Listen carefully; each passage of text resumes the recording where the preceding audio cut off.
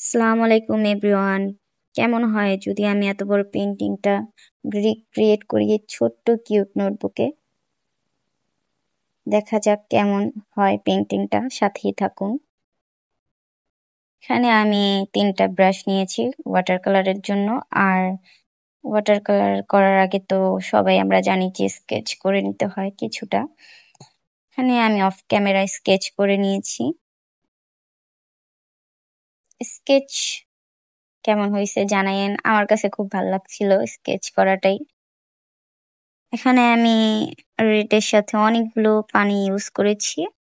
তারপরে আমি আস্তে আস্তে লাইট থেকে ডার্ক শেডে গিয়েছি।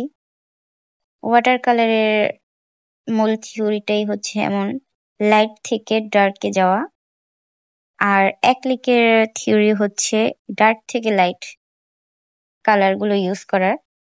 এখানে আমি পাতা রং করে নিয়েছি, এখন আমি ডার্ক শেড দিয়ে নিচ্ছি।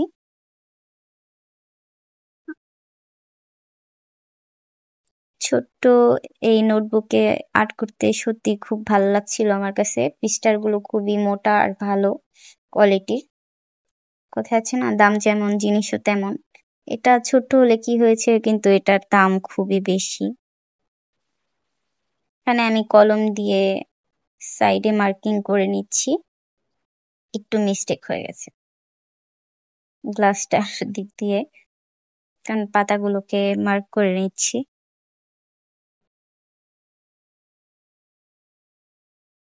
তারপরে আমি ভুলে গিয়েছিলাম প্রথমে দানাগুলো দিতে তরমুজের, এখন দিয়ে নিলাম।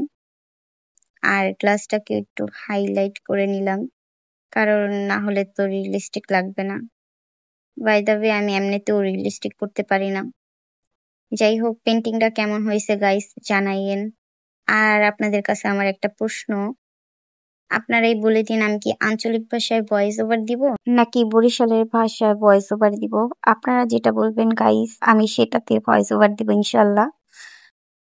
আর কেন জানি আমার মনে হচ্ছে গাইস আপনারা আমাকে বরিশালের ভোটিংটাই বেশি করবেন।